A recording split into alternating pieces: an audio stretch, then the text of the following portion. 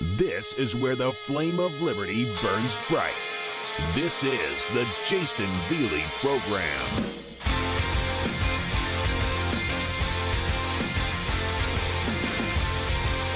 Hello, my friends. Jason Veely here. I am back at it. Did you miss me? I've been MIA for the past few months. Every now and then you need a break from politics. You need a break from radio. It's not the first break I've ever taken, by the way. I took one, I think, back in 2014 for a few months. And look, even before I went on this last break, I said, I'll be back. I told you that it wasn't going to be for good. I told you that this break from politics and political commentary wasn't going to be permanent. And lo and behold, here I am back at it. By the way, this is not a live broadcast. This was recorded earlier in the day.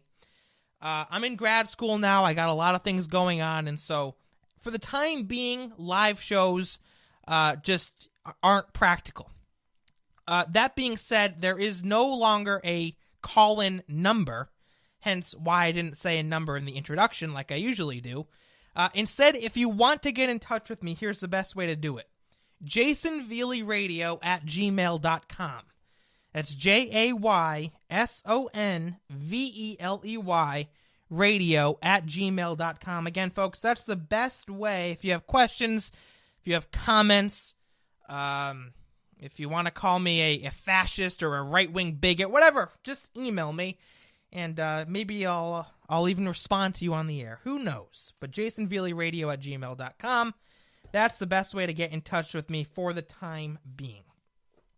So, folks, on Friday, I, like many of you, watched President Trump address the country and announce that he would be signing the $1.3 trillion, that's trillion with a T, omnibus spending bill. I was honestly a little surprised, especially considering the fact that earlier in the day, he had threatened to veto it. And so that kind of had my hopes up a little bit. I thought that he would go ahead and veto it. Frankly, it should have been vetoed. And again, I was surprised and disappointed when he announced that he would be signing it. I was surprised and I was disappointed. And beyond that, ladies and gentlemen, I couldn't help but feeling a sense of anger and frustration, as I'm sure many of you did as well. Not just for President Trump, but for many other politicians, including Republicans in Washington, D.C., and just for the whole situation in general, where we are as a country. Where we are today as a country. And what direction we're going in. Because it seems, ladies and gentlemen, like no matter who's in power, Republicans or Democrats, we always seem to be going in the same exact direction.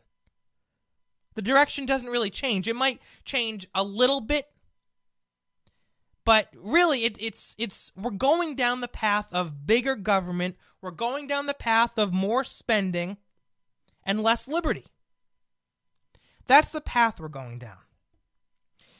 And when Donald Trump addressed the country and announced that he would be signing this $1.3 trillion omnibus bill, but you know, before I go any further, let me just say that I do understand how important it is to fund the military. I completely understand that. The world is a dangerous place, folks. There are many countries out there who want to see the United States destroyed. I understand that Donald Trump cares about rebuilding the military after 8 years of Barack Obama, and that's a great thing. I just wish that we didn't have to pass a $1.3 trillion omnibus bill to get that funding for the military. So I understand Donald Trump's, reasoning for this to a certain extent. But anyway, let me just say this. I got to thinking after Donald Trump announced he'd be signing this bill. I got to thinking, where are the statesmen in this country? Where are the statesmen? Where are the patriots? Where are the George Washingtons, the Thomas Jeffersons, the James Madisons? Where are they? I mean, now we have people like Mitch McConnell. Don't get me started on that idiot. Could spend a whole damn radio show talking about him. We have Paul Ryan. We have phony, good-for-nothing Republicans like John McCain. These people aren't statesmen. These people, let's zoom out a little bit. Let's zoom out, look at the bigger picture. What are our two options that we have as the American people? What are the two options? The two primary parties that we have in the United States are the Republicans and the Democrats, right? I know there are third parties out there. I understand there's different ways of voting, but what it comes down to is, in the elections, typically it's either a Republican that wins or a Democrat that wins. That's just reality. Those are at this point, really our only two choices. But is it a choice? I mean, that's my point. Is it a choice, ladies and gentlemen? You have the progressive liberals who detest this country. They absolutely do. They detest this country. They hate everything that we were founded upon. They hate the fact that we are founded on Christian Judeo principles. They hate our Constitution. They hate our Second Amendment. And on and on and on. They hate this country. That's why Barack Obama was out there talking about fundamental transformation. That's what progressivism is. It progresses us, quote unquote, away from the Constitution into a fundamentally transformed America. Into their version of utopia, which, of course, is not utopia at all. So we have the progressive liberals who believe that big government is the solution to everything and anything. And as they work to endlessly expand the size of the government, the circle of liberty around each and every one of us grows smaller and smaller and smaller. Those are the progressive liberals. Choice one. Then choice two, we have the progressive Republicans. The progressive Republicans, who, unfortunately, make up the majority of the Republican Party today in Washington, D.C. I mean, the majority of the Republicans in Washington today aren't conservatives. They don't work to advance liberty. They don't work to advance constitutionalism. They are progressive Republicans. Again, I'm talking about the people like Mitch McConnell. What the hell has that guy done to advance liberty? I'm talking about people like Paul Ryan. No offense, Paul Ryan. I'm sure you're a nice guy. But what exactly have you done to advance liberty and constitutionalism? What have you done, Paul Ryan and Mitch McConnell? And again, I'm singling these two out because they're the leaders of the Republican Party right now. There's many other phony Republicans, so-called conservatives. But I'm singling these two out. What have they done to advance liberty? What have they done to shrink the size of government? What have they done? Absolutely nothing. Absolutely nothing. They are progressive Republicans. They tell us that they believe in small government. They tell us that they believe in the notion that government is the problem, not the solution. But 9 times out of 10, you know what? Almost 10 times out of 10, they go out there advocating big government, advocating less liberty. They are progressive Republicans. That's choice two. That's choice two. And so we're left with a choice in most elections, again, unless, of course, you vote third party, but that's a different issue. The main choice in most elections is between progressive liberals who hate this country and who want to massively expand the size of the government, and the other choice is to vote for progressive Republicans who also want to expand the size of government, who also don't believe in liberty. And so that's where we're at as a country right now. That's where we're at as a nation. And when Donald Trump got out there and he signed this omnibus bill, it kind of reminded me of all this. It reminded me of it. We're not at a good spot in our country's history. I really do believe that there are dark times ahead. I do like Donald Trump. I like most of the things that he's fighting for. But as evidenced by the signing of this omnibus bill, there's still a lot of problems that we need to address as a country. As conservatives, there are still many problems that need to be corrected. Many things that need to be corrected. Something has to change. At the end of the day, something has to change, folks. You know, I think about these spending bills. $1.3 trillion. I can't even wrap my mind around how much money that is. 1.3 trillion. You ever look at the debt clock? See all those numbers going up and up and up? Does it matter which party is in power? Is it like they go down for one party and up for the other party? No. It's those numbers go up and up and up. I was listening to Mark Levin the other day, and I usually don't talk about other conservative radio hosts and say, well, you know, this conservative radio host said this, but this is a good point that I want to repeat and share with you. Levin explained on his show the other day that we really are reaching a point where what these politicians are doing to this country is becoming immoral.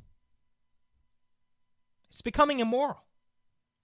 It absolutely is. The way they're spending, the way they're borrowing, not just from current generations, but from generations yet born, it's immoral. It absolutely is. I mean, look, I'm 24 years old, folks, and when I grow up, it's going to be bad, but when my future children grow up, and my future grandchildren grow up, it's going to be even worse.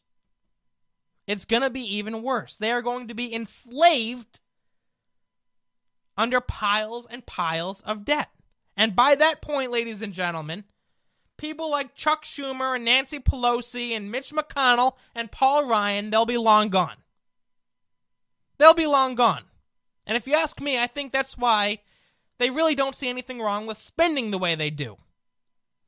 Because, hey, it's not their problem. It's not their problem. They're not going to be the ones that have to deal with this. I am. My children are. My grandchildren will. We're the ones that are going to have to put up with it. We're the ones that are going to have to pay the bill. And that's a damn shame. Something has to change, ladies and gentlemen.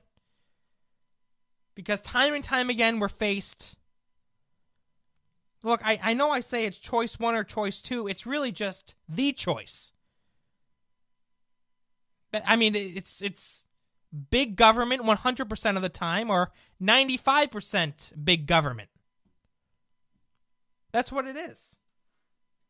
That's what it is. And so, changing this, I said something needs to change. Changing this pattern is going to be tough. It's going to be tough. But here's what I think needs to happen. You can say that, you know, why don't we just vote third party? And that's an idea that I've grappled with from time to time. But each time I consider it, I come to the conclusion that, at least right now, a third party candidate, becoming president, for example, is just not practical.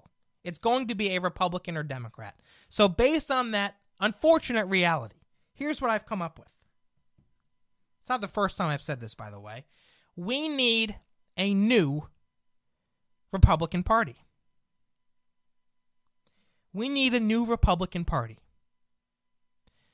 Again, I know that's easier said than done. I know getting rid of the Mitch McConnells and the Jeff Flakes and the John McCains and the John Kasichs and the Lindsey Grahams, I know that's going to be tough, and it's going to take some time.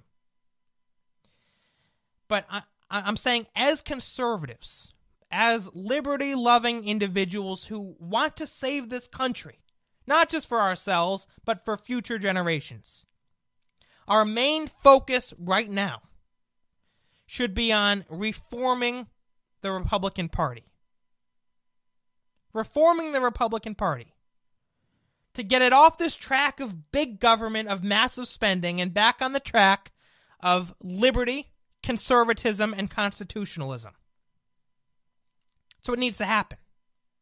And then, ladies and gentlemen, once that happens, once that day comes, might not be for 20 years, 50 years, I don't know. But when that day comes, when the Republican Party does return to its conservative roots, excuse me, because that's what the Republican Party is at its core, by the way. The Republican Party at its core is conservative. And when it returns to those roots, then we'll really have a choice. Then the choice will be abundantly clear. It'll be big government versus small government. It'll be liberty versus tyranny. It'll be individual freedom versus enslavement. That will be the choice. But unfortunately, as it stands right now, there is no choice. There simply is no choice. So I do, folks. I think that we need new blood in the Republican Party. We need more constitutionalists. We need more statesmen. We need people that are loyal to this country,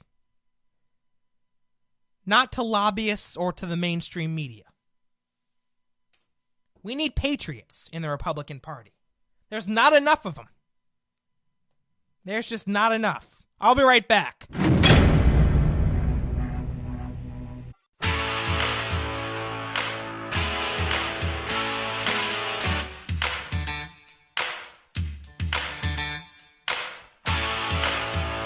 If he had his way, every day would be the 4th of July.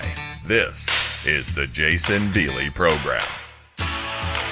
Folks, I often think to myself, speaking of George Washington and the Founding Fathers,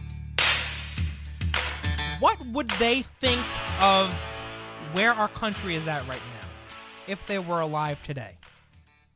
What would they think? I mean, what if somehow they came back to life and, I don't know, they turned on the news, they walked around Washington, D.C., they visited the halls of Congress right now in 2018. What would they think? What would they say to us?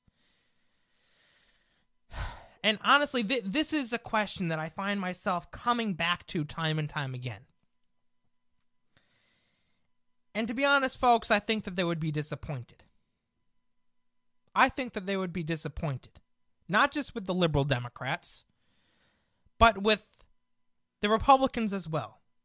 And how we have let this country that was built around the idea of individual liberty, the idea that you can pursue happiness free from government rule.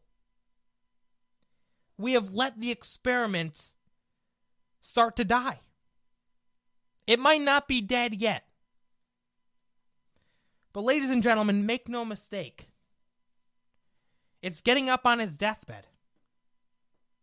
It really is.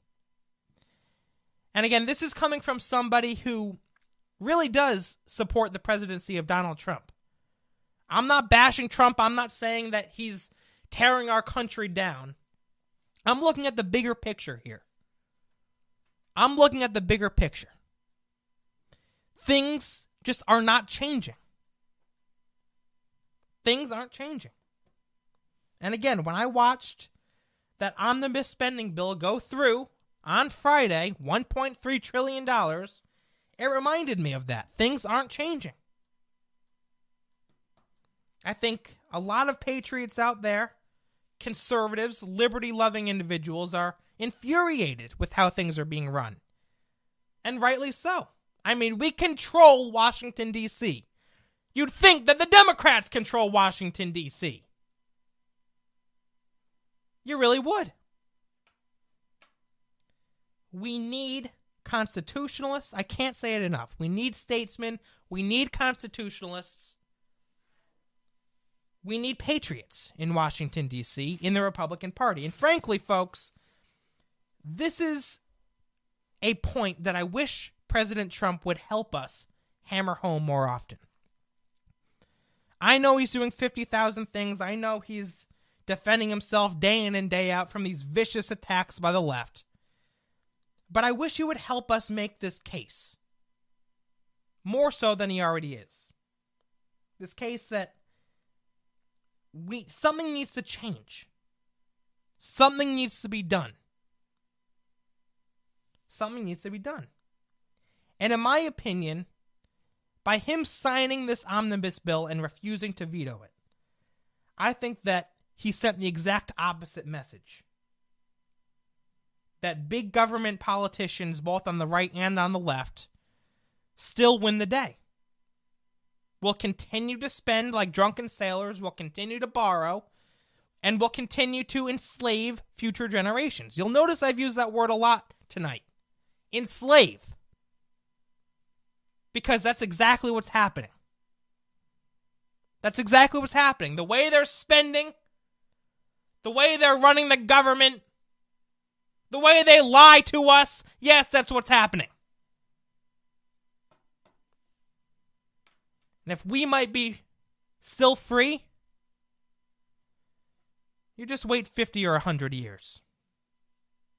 See what kind of country our children and our grandchildren are living in. This isn't a joke, folks. This isn't a joke. This is real stuff. Going back to the veto and the omnibus bill. Look, I fully understand. I fully understand that President Trump wants to keep our country safe. I understand that he cares very, very much, as he should, about funding the military. That's all well and good. However, and by the way, I understand that if he vetoed it, there would have been a very real possibility that it would have been overridden. Got that too. But here's an argument that I don't hear enough people making. Isn't it about the message as well that President Trump sends to the American people? Isn't it about the message? I mean, if he vetoed the bill, what would he be saying to the American people? He'd be saying, I am on the side of the people, not Washington, D.C. I'm not on the side of the status quo. I'm on the side of the American people. He would be sending a message that this damn spending has got to stop. And if they overrode it, well, then they overrode the bill. But at least he would be making himself clear that he's not going to put up with this. I'm happy that he won't be signing another bill like this in the future. I hope he keeps that promise. I just wish he didn't sign this one to begin with. Because quite frankly, ladies and gentlemen, the people that Donald Trump caved to are destroying this country. They're destroying this country. This kind of spending, this kind of government expansion, it can't be allowed to continue. It just can't. It needs to stop. It needs to stop for the future of this country. If we are to survive as a society, something needs to change. You know, in 1787, at the closing of the Constitutional Convention,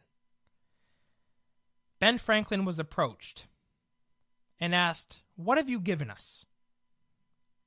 What have you given us? Have you given us a republic or a monarchy? And Ben Franklin said, a republic if you can keep it. A republic if you can keep it. So isn't that really the question, ladies and gentlemen? Can we keep the republic? Can we keep it? Think about it. I'll be right back.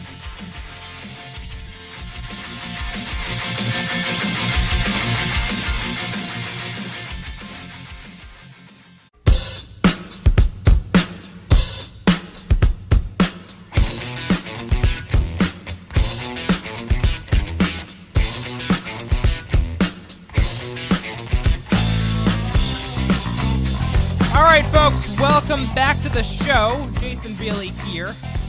So the March for Our Lives rally has come and gone. Isn't it amazing how many people in this country hate liberty, by the way? I mean, seriously. I can't believe how many people are in the lap of liberty in the greatest country on earth. And what do? They take to the streets and fight for less liberty. I mean, it's just so stupid. March for our lives. March for our lives. Yeah, so the only way you're going to live, apparently, the only way you're going to survive in this cruel, heartless, unforgiving country is if we do away with the Second Amendment and infringe on the right to bear arms. Is that about right? Do I have that right, you Parkland survivors? David Hogg, Emma Gonzalez. Do I have that about right? Anyway, it's come and gone, ladies and gentlemen. And apparently, it's not only liberty and the Second Amendment that these protesters despise. It's also the environment. Oh, yes, it's also the environment. Listen to this one from Breitbart.com. March for Our Lives protesters trashed the streets of D.C. after gun control march. And you look up this article for yourself. They have a bunch of pictures, ladies and gentlemen, of just these. And it's not only signs that the streets are littered with. It's cups, it's soda cans. I see a couple of Lunchables there. You know those Lunchables, those little snack boxes that used to. Anyway, where was I? Thousands of protesters at the March for Our Lives in Washington, D.C., on Saturday, packed the streets holding signs promoting anti-gun agendas. But many of them left those signs out in the cold after the march. Gee, are they littering? Uh-oh. I think Al Gore should show up and reprimand them. The signs that the signs that the self-described socially conscious protesters held up during the march, along with countless other items of trash, were littered on the streets of D.C. like old rags. And again, look at these pictures. The best I could do, folks, again, because the technology doesn't exist yet to show you pictures over the radio, best I could do is describe them. It's not only signs, it's just trash. Litter. Soda cans. Plastic bags. Water bottles. Just an absolute mess. Garbage bags piled high. You gonna answer for this one, David Hogg? Can't stand that kid, by the way. You gonna answer for this, Emma Gonzalez? For those of you who don't know, she's the one with the shaved head. Probably not. Probably not. But let me just say a few words while we're on the subject about the Parkland survivors that attended the rally. I want to dismiss the idea once and for all that we shouldn't take these people seriously. We absolutely should. We need to take them seriously. Do you know why? Because they're a threat to our liberty. They're threatening our freedom. They may very well have an impact, have an effect a negative effect on existing gun laws in this country. And so, of course, we should take them seriously. I don't want to see people kind of brushing them under the rug. They need to be addressed. We need to respond to them. They put themselves out in the national spotlight, and so we need to react. We need to take these people seriously. That's number one, ladies and gentlemen. Number two. And this is coming from somebody who has gone through the public education system, who has combated liberal indoctrination firsthand. I just want to say this. These kids are products of liberal indoctrination. Do you realize that? These kids are products of liberal indoctrination. This is what happens when indoctrination inside the classroom goes unchecked. When teachers get away with calling out the NRA and calling out the gun lobby and the Second Amendment advocates and all of that. This is what happens when professors get in front of the classroom and spew their anti-American left-wing propaganda to their students. You get people like David Hogg.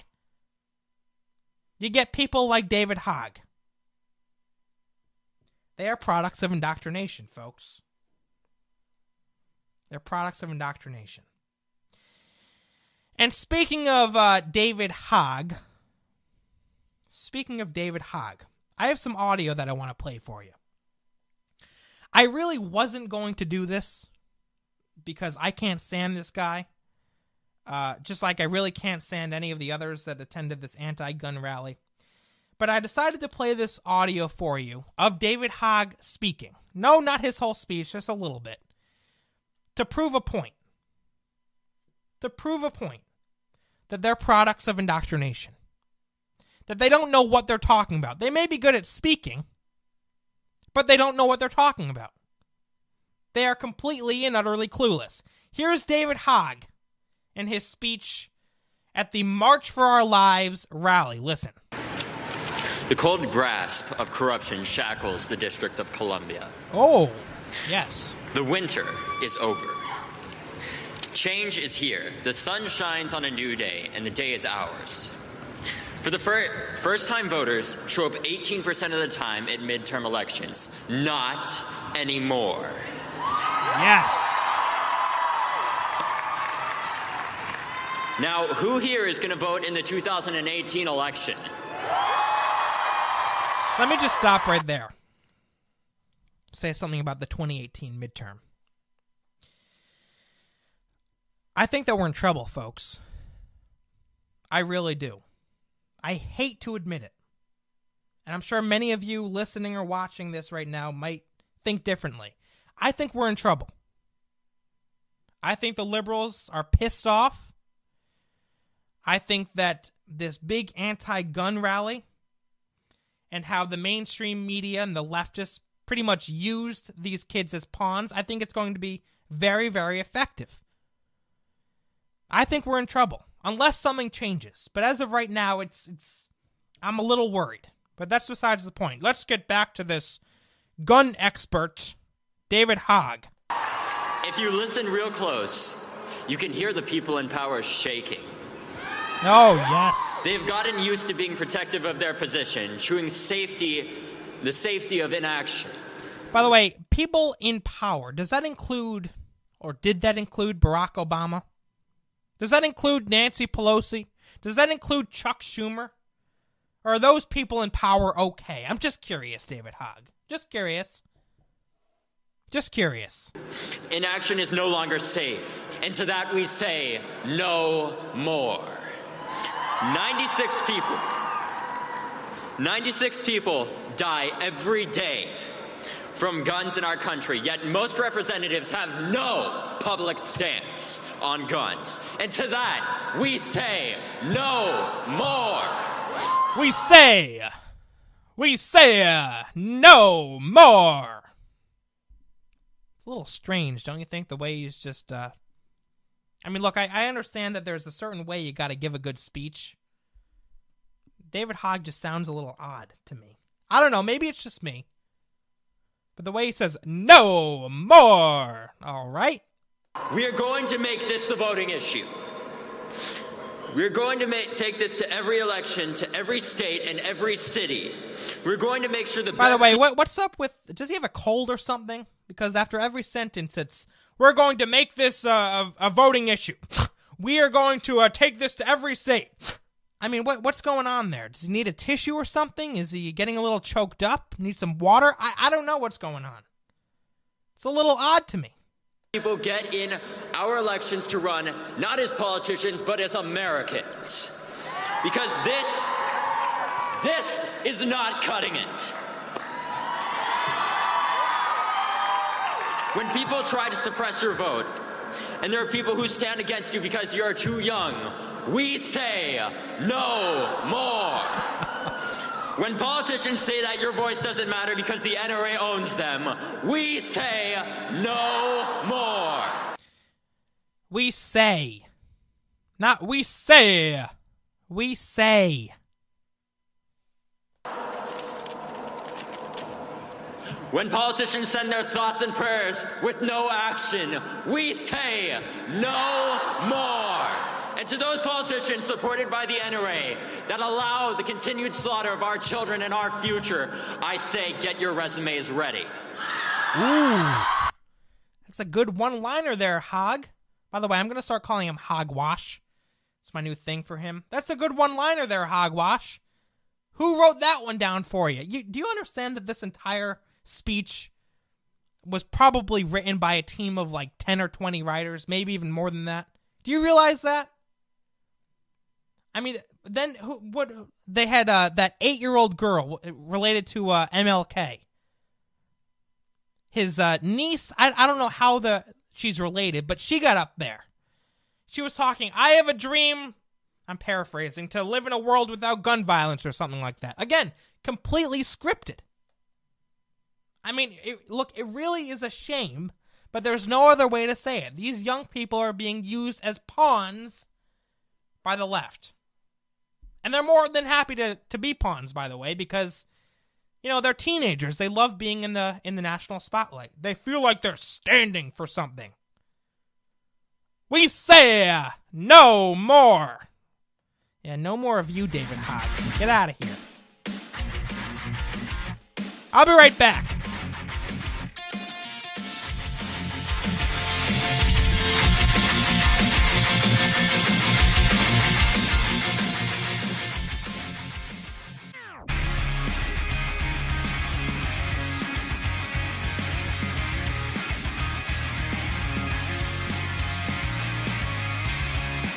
Can I ask you guys a question?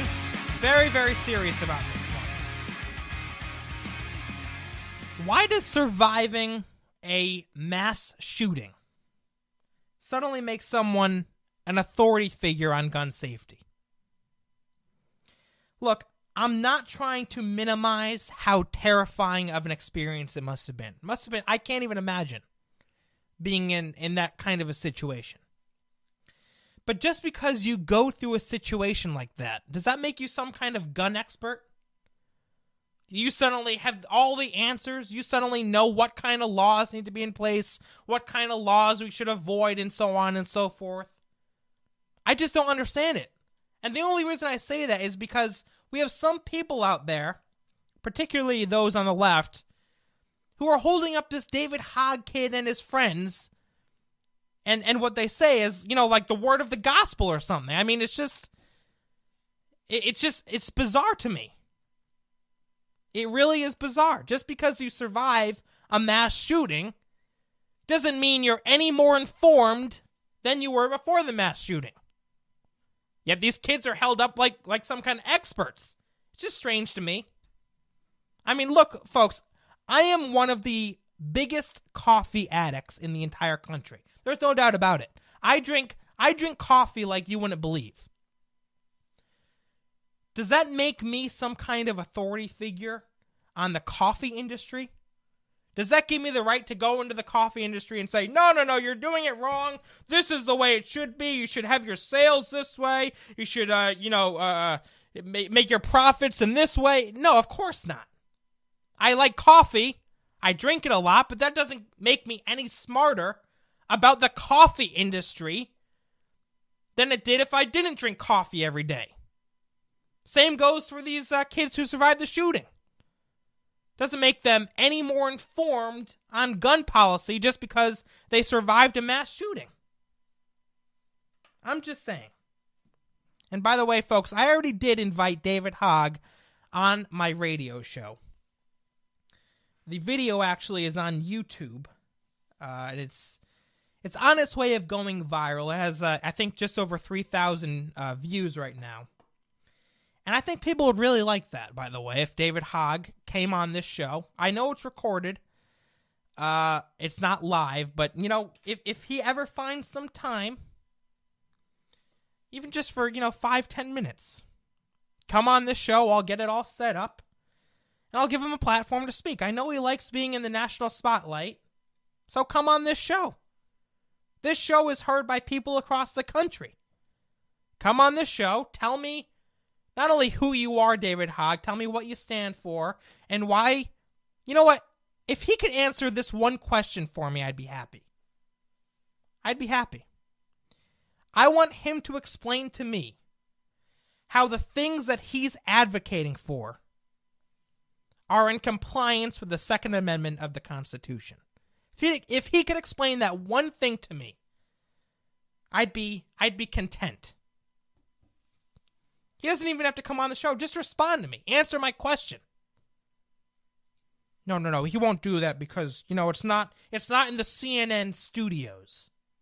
It's not in the CNN. He doesn't have a script to read. He'd look like a fool, to be honest. I'm sorry. Jason, the kid's a young guy. Just cut him some slack. No, I'm not going to cut him some slack. He put himself out there. He deserves to be criticized. Especially when he's infringing on my rights. I mean, you look at... Folks, the thing is, you look at places around the world, like Venezuela. In 2012, they banned the private ownership of firearms.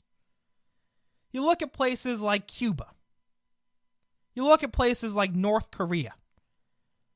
I mean, their people have no freedoms really whatsoever. They really don't. And we have people in this country who are in the lap of liberty, who should be thanking their lucky stars that they're in America. But they're out there fighting for less liberty and more government. They're out there fighting to make America, like every other, to use the president's term, S-hole. Of course, you know what I'm talking about. In the rest of the world.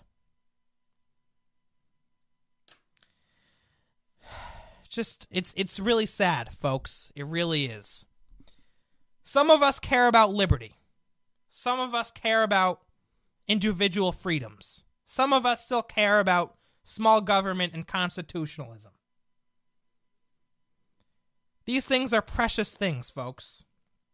They need to be fought for and preserved. Frankly, if you're out there fighting against things like liberty, fighting against things like the Constitution, well then guess what? Consider me your enemy. Consider me your enemy. All right, folks, time to wrap up. Don't forget JasonVeelyRadio@gmail.com. JasonVeelyRadio@gmail.com. I'll be back tomorrow. God bless, and God save this great nation.